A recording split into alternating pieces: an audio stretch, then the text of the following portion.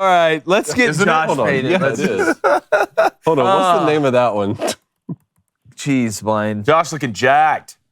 Josh, look every day. Men of Honor. Men of Honor. That's it. Men of Honor. That's it. All right, let's get Josh Pate from Late Kick in here. We got him on the line. JP, what's up? I am happy to be here. It is a lovely morning. I just don't know if I'm necessarily cut out for this world where men have to get up before like noon and do things professionally. Because I did that world for a while, and I salute you because I don't want anyone depending on me before 3 o'clock in the afternoon. Yeah, no, look, it's typically, but before I got into this, with coaching, you get up early. But if I ever got up this early before, I was sitting in a deer stand. Now getting up, it's dark when I go to sleep and dark when I wake up. It's like living in Alaska for half the year. But Josh, I wanted to bring you on here because obviously there's some incremental and monumental changes when you look at what's being proposed, seeing what Ross Dellinger posted yesterday. I just want to go through these rule changes real quick to let everybody out there who doesn't know. The first one, outlawing consecutive timeouts, so preventing one timeout from being called right after another. Think about icing the kicker, being able to call, back-to-back timeouts in that situation. Not extending the quarters, so in the first and the third quarter, not going into halftime or at the end of the game, where if you have that last play, and there's a penalty, then you have an untimed down. They're talking about eliminating that. Then you get into the ones that kind of make it more interesting. The running clock. According to the rule, the clock will continue to run after an offense gains a first down, except inside 2.5 minutes, which is similar to the NFL, but not 100% because the clock runs under 2 minutes on a first down. And then number 4, and the one that I just absolutely hate, all right, we'll have the clock continue to run after an incomplete pass once the ball has been spotted for play. So think about it now when you get a first down in college football and the clock then starts to run. They would do that even after an incomplete pass. Josh, I want to ask you something. When we talk about extending the game, why are we or trying to shorten the game? Why are we muddying the difference between the amount of plays run and the game length, the time it takes to watch it? Those are two totally different things. Because if you look, the average college football game takes about 11 more minutes than the average NFL game. 180 plays get ran in an average college game, 155 in an NFL game. It's because it's cleaner in the NFL. Do you feel like we're kind of muddying the waters between these two instead of saying, well, if you want to eliminate some injuries, eliminate some plays? I don't think we are, because most people of our ilk looked at that Ross Dellinger report and said 2 things. Number 1, good reporting, Ross. And number 2, this is trash, especially number 4. This is trash. In the television world, for example, if you have like a standard 30-minute program, it's just generally understood, okay, we're going to have 22 minutes of runtime, 8 minutes of ad breaks. Then if Aflac comes to you from Columbus, Georgia, and says, hey, we want to be a presenting sponsor, you give us 30 seconds, A block, 30 seconds, B block. Well, I've got to do one of 2 things. Either I've got to tell another client to get lost, or I've just got to say, guys, we got 21 minutes of runtime now because Aflac came in, and so we got to give them another minute of ad breaks. I didn't just do anything to the overall format length of the show. I had to condense my show because I've got a change on the ad side of things. And in football, there are some people that work behind the curtain in our sport who just think you're stupid. Basically, they just assume you're dumb or ignorant at the very, very worst, and they say, They won't know the difference. And these people, you don't know, by the way. When I talk about the powers that be in the NFL or the powers that be in the NBA, everyone knows the names. In college football, you don't know the names. We cover the sport all year. I cover the sport 365 days a year. I don't know who runs college football, which is a problem. And so it's kind of like in politics. You have nameless, faceless people behind a curtain somewhere who could not ever bear the brunt of public scrutiny. That's why they stay behind the curtain. And they throw things out there, I'm convinced, in an Overton window-like fashion. For example, we're going to throw them this ridiculous 4th proposal that'll get them all up in arms, case in point. And then they'll complain about that. And then we'll come back to them 3 months later saying what we were always going to say, which is, okay, you guys win. We'll do away with number 4. And we'll keep numbers 1, 2, and 3 and get what we wanted all along. And, the soft voila. sell. We told you, you guys were idiots. You never even knew what we were doing. It's the soft sell. It's almost like playing 2 truths and a lie. Like it's basically what it's playing, and it is somewhat nefarious. But and I make this point as well, Josh, and I know you know this. When we talk about eliminating plays, all right. So if you were to make the small incremental changes, that's one thing. If you eliminated 5 to 7 plays or something like that, but that incomplete pass rule, the 4th one that you're talking about, that could eliminate legitimately almost 20 plays a game. So I really wish, and again, the people think we're stupid on the other end. Technically, you could think they're stupid. They probably do some smart things. But I hope they realize that if you think that these hurry-up, up-tempo offenses like Tennessee and some of these other places are going to let you knock down the amount of plays that they run, regardless if you run the clock on an incomplete pass, you have not seen up-tempo offenses. You do not even understand what an up-tempo offense is going to be in this new world, which to me, Josh, makes it more dangerous. Yeah, imagine that. Yeah, I would suggest having play 17 games instead of 15 may be more dangerous too. But that would assume that these people are disingenuous in their goals, and far be it for me to claim that. Yeah, I know, right? I know, right? Here's just the other little side part of this. Now, it may just be that there are things being considered that weren't in the Ross Dellinger report. For example, when you read the bullet points there, it was in the Dellinger report that on the whole clock runs after the spotting of the ball following first downs and whatnot, there was an exemption inside of 2 minutes to go until each half or the end of the game. There was not that spelled out about that fourth point. So the way the report was written prevents me from spiking the ball on a hurry up, on a 2 minute drill. That's a good point. And that's insane because that actually changes the structure of the game. I saw a clip of Dabo Swinney. I think he was on McElroy's show the other day, and he made a good point, which has kind of been out in front of everyone's face to begin with. He said, this is the only sport right now where the actual experts, the actual coaches who do this for a living and have done it for decades in some case, have no say.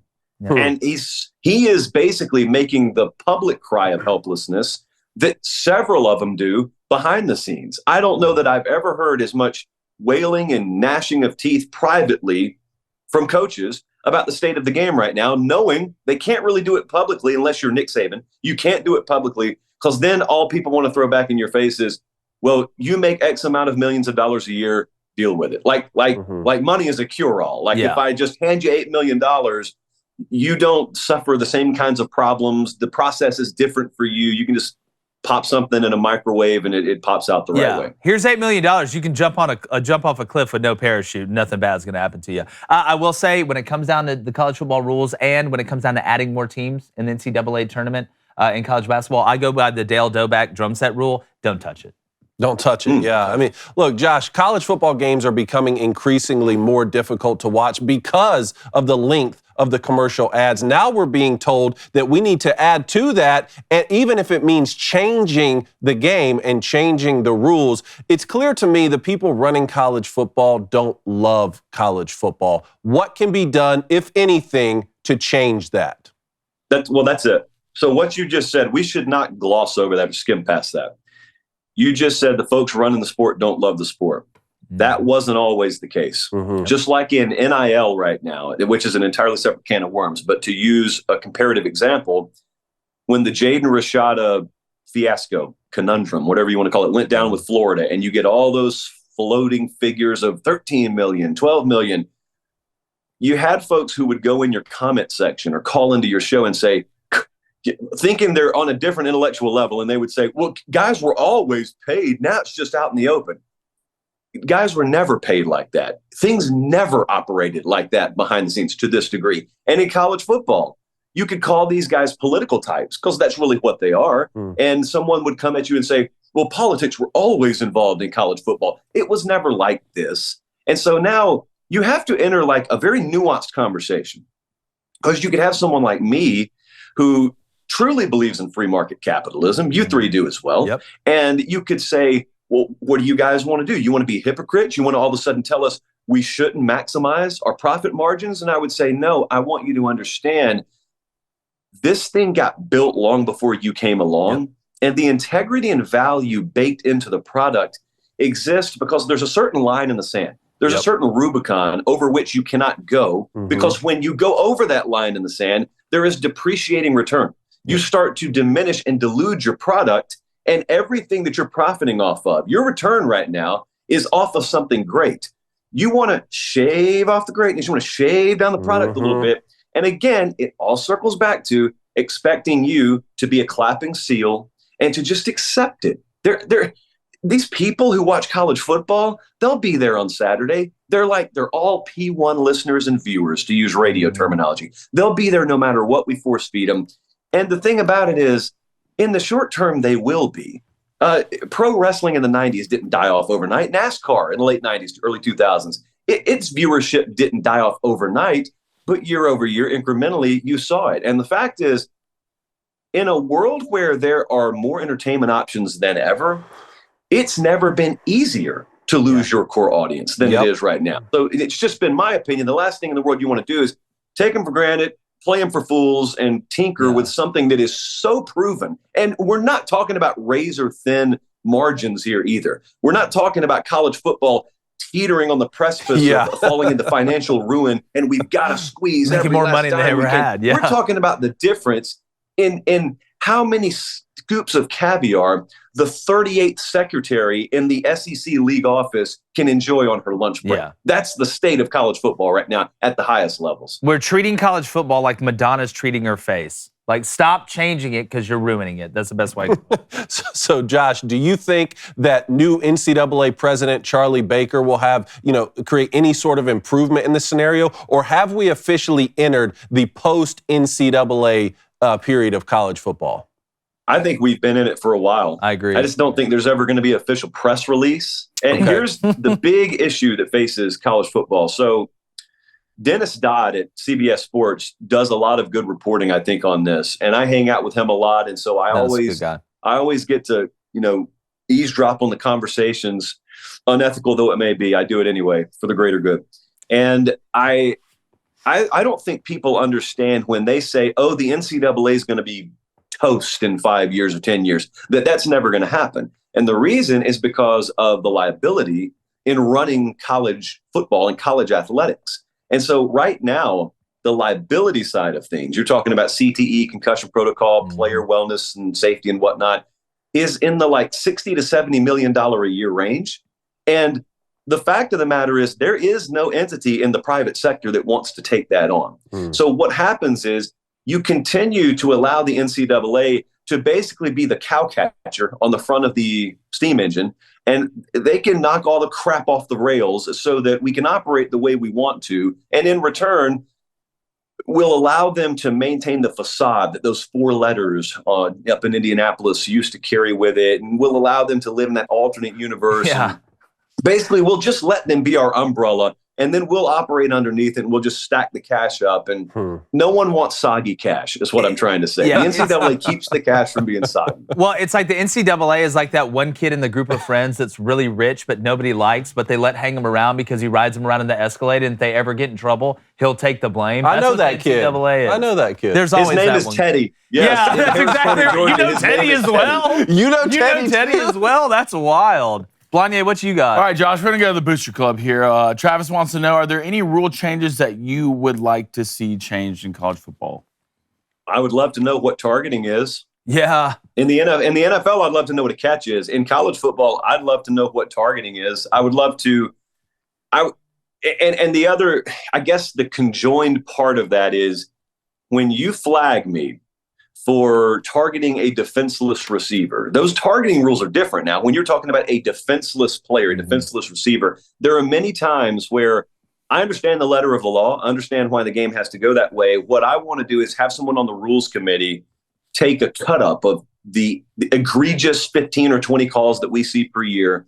And I want them to sit down with every defensive coordinator in America and have to tell the DCs in that room, here's how you should have coached your player to execute this play. Because the fact is, the way the game is currently enforced and officiated, it's a no-win situation sometimes. And the other part of it that aggravates me to no end is, Cone, I want you to think about this. I want you to think about a world where you make mistakes throwing the football and the onus is on the defense. In a bygone generation, if you floated a receiver across the middle, that's on you. It is actually on you to mitigate the risk that you put your perimeter skill guys at. Now you do it, and either they get popped and you get 15 in a first down, or they don't get popped because the defender is terrified that he's going to get kicked out of the game, and you ended up picking up an extra 45 on your passing statistics because you made a mistake. You screwed up.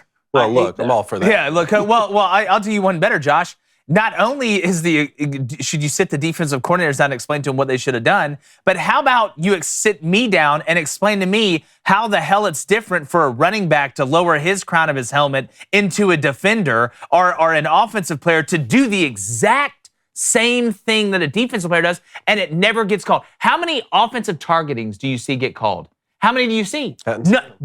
I can't remember one. How many times do you see when a defender has somebody and the offensive guy grabs his face mask, then the defender grabs the offensive player's face mask? It's a 15-yard penalty on the defender. So that's like having a rule that says, hey, guess what? You guys can walk out. If you're on offense, you can walk out and just punch people in the face with no repercussion. But if you're on defense and you walk outside and not only punch somebody in the face, but you get punched in the face and then try and punch somebody in the face, you're in trouble. Did you coach defense? No, man. So you guys are going to tell me that doesn't exist? No, I'm just Offensive targeting is a real thing. Like, this isn't the snuffleupagus or Where's Waldo. You're not looking to find this in a book. I can sit there and show Mr. it to Norwell? you. Yeah, whatever. I mean, Josh, am I wrong on that? No, well, no, but it's the ratio of times that offensive targeting gets called to defense is the ratio of offensive face mask calls. In offense, we call it a good old-fashioned stiff arm, and in defense, we call it 15 and a first down. Here's the other part. We are going to be left to talk about this amongst ourselves because of the other thing I would love to see changed, which is probably never going to be changed. And that is, God forbid, we ever trot out an official to have to answer for their work on a Saturday afternoon to the public. And why is that? Well, we can't expose them to that because even though we print money, one of the U.S. mints is now in Chicago and Birmingham. It's just everywhere a league office is. Even though we make all that money, we're going to keep those guys part-time so that when people get up in arms, we can say, well, they're part-time. He's an insurance salesman. This guy works for Ford Motor Company Monday through Thursday. He's just doing this out of the goodness of his heart. So we're not going to expose him to that. Everyone wants to copy the NFL, except in the areas where you probably should take a letter or a page out of the NFL's book. Can I please just send a pool reporter down there for all I care? Have it explained. Have the way the game that's being watched and wagered on, be real, by millions of people, have the way it was officiated explained. It's not the end of the world. As far as I can tell, adults are officiating these games. It's not the wildest concept in the world to work and then have to answer for your work. Yeah. I mean, and they're like, oh man, refereeing, it's the hardest job in the world. Then we get sound like a single mother or a coal miner. Like, no, look, at the end of the day, we're not going to question the people that have the biggest effect on the game outside of the players or coaches. There's group. I got another question for you. When's the last time you saw someone kidnapped on the side of the road, put in a striped shirt, and forced out on a field?